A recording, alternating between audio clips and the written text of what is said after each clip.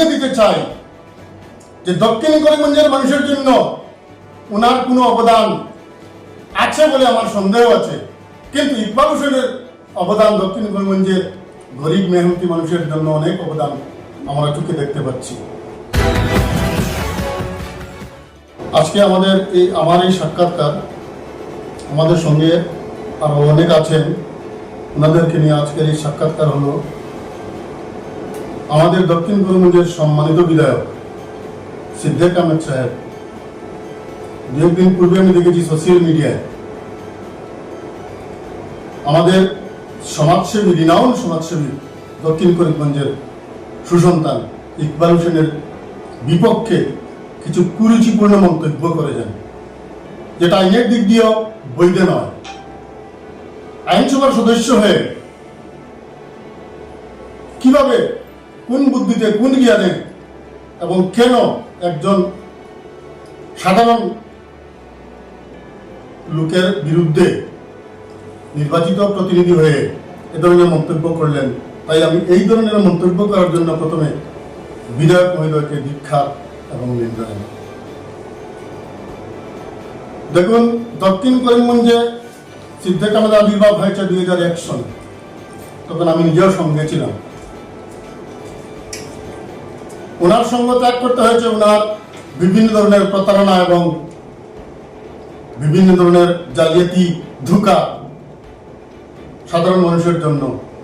উনি নিজে করে সমস্ত ধরনের সরকারি সম্পত্তি কুক্ষিগত করার যে মানসিকতা, সেটার থেকে আমি বিরাট বাদনায় ওনার সঙ্গ ত্যাগ করেছি। ইকবাল হোসেন মহাশয় ওনার সঙ্গ দিয়েছেন 5 বছর। উনি দক্ষিণ করিমগঞ্জের নির্বাচিত প্রতিনিধি হয়ে গ্রাম সেবক ইকবাল হোসেন কে মালা দিয়ে দক্ষিণ করিমগঞ্জের সুসন্তান হিসাবে আখ্যা দিয়েছিলেন, যদিও আমরা তখন বিষয়টি মেনে নিতে পারিনি। পরবর্তীতে উনি ইকবাল হোসেনের সান্নিধ্যে এলাকার উন্নয়নের নামে বিভিন্ন ধরনের কাজ করে গেছেন এবং নির্বাচনের প্রাক্কালে ইকবাল হোসেনের বিরোধিতা করেছিলেন, সেটাও আমরা ভালো চোখে দেখিনি। প্রেক্ষাপট বলতে অনেক আছে, কিন্তু আমি বর্তমানে এই সোশ্যাল মিডিয়ার যে কুরুচিকর মন্তব্যের বিরোধিতা করার জন্য আপনাদেরকে আমরা আমন্ত্রণ জানিয়েছি। উনি ইকবাল হোসেনকে দালাল আখ্যা দিয়েছেন। এসপি এবং ডিসি মৃণাল সরকার আমাদের ভাতিজাকে আখ্যা দিয়েছেন। আমি এক কথায় ওনার এইসব কথাকে নিঃসাত করে ওনাকে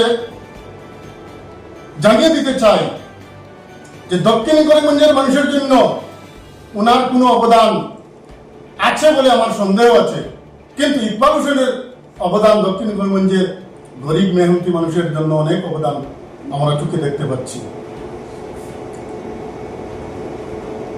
বিধায়ক মহাশয় মনে রাখা উচিত, উনি সামান্য একজন কৃষকের ছেলে হয়ে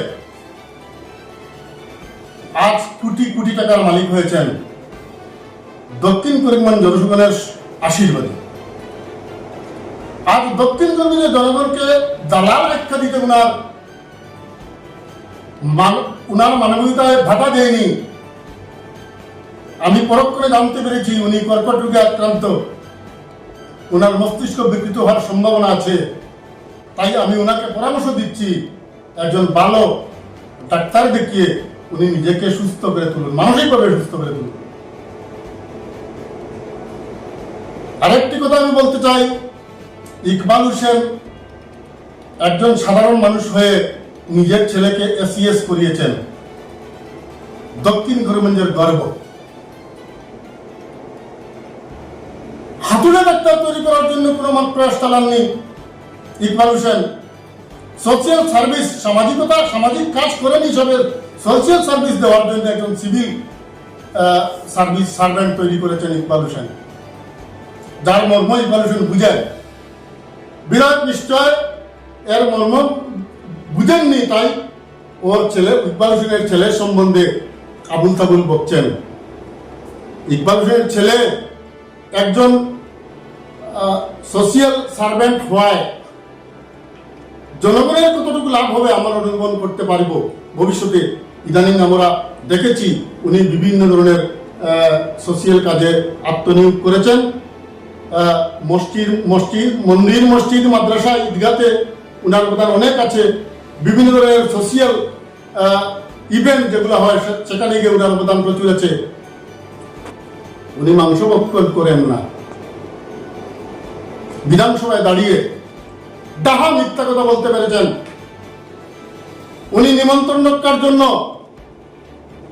কোন জায়গায় গিয়ে নিজে কিনে খান না, কিন্তু নিমন্ত্রণ হিমন্ত বিশ্ব শর্মার কংগ্রেস থেকে নির্বাচিত হয়ে হিমন্ত বিশ্ব শর্মা মহাশয়ের পদলেহন করার জন্য উনি মিথ্যা কথা বলেছেন বিধানসভায় দাঁড়িয়ে। তাই উনি একজন মিথ্যুক আখ্যা দেওয়া যায়।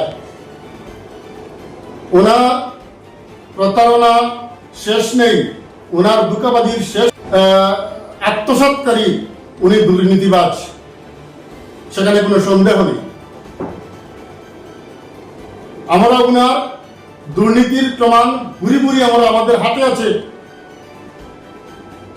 ইত্যবসরে উনি 4 বারের বিধায়ক, এর মধ্যে একবার ক্যাবিনেট মন্ত্রী, আরেকবার সচিব থাকা অবস্থায় বিধানসভায় যেসব আইন পাশ হয়েছে সে সম্পর্কে ওনার ধারণা নেই আজও। তাই উনি এইসব আইনের কিছুই মর্ম জানেন না বলে প্রতিবাদও করতে শিখেননি।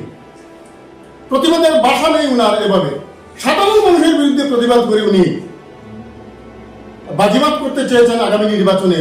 নির্বাচন আসলেই উনি একবার মুক্তাদির চৌধুরী, একবার গৌতম রায়, একবার ইকবাল হোসেন, এবার আবার অন্য কেউ নেই, আবার ইকবাল হোসেনের বিরোধিতা করে যাচ্ছেন। এই বিরোধিতা করা রাজনৈতিকভাবে আমরা মেনে নিতে পারবো, কিন্তু ব্যক্তিগতভাবে বিরোধিতা করলে আমরা কিন্তু ওনাকে ছেড়ে কথা বলবো না। আমরা দক্ষিণ করিমগঞ্জের সম্ভ্রান্ত ভোটার, ওনাকেও আমরা ভোট দিয়ে তৈরি করেছি, কিন্তু উনি আমাদের ভোটারকে, আমাদের সাধারণ মানুষকে সামাজিক কাজে যারা আত্মনিয়োগ করছে ওদের বিরুদ্ধে কুরুচিপূর্ণ মন্তব্য করবেন আর আমরা বসে থাকবো, সেটা উনি কোনো অবস্থায় ভাবতে পারবেন না। ওনাকে আমরা জানিয়ে দিচ্ছি, উনি নিজে একজন সম্মানিত বিধায়ক, নিজে এরিয়ার ডেভেলপমেন্ট যে উন্নয়নের জন্য উনি নিজেকে আত্মনিয়োগ করুন। আর সোশিয়াল সার্ভিস করতে বলা মানুষের বিরুদ্ধে আবুল তাবুল বকে উনি যেন এই আমাদের দক্ষিণগঞ্জের সাধারণ সামাজিক বাতাবরণকে যেন কলুষিত না করেন, এই বলে আমি আমার বক্তব্য এখানেই শেষ করলাম। ধন্যবাদ।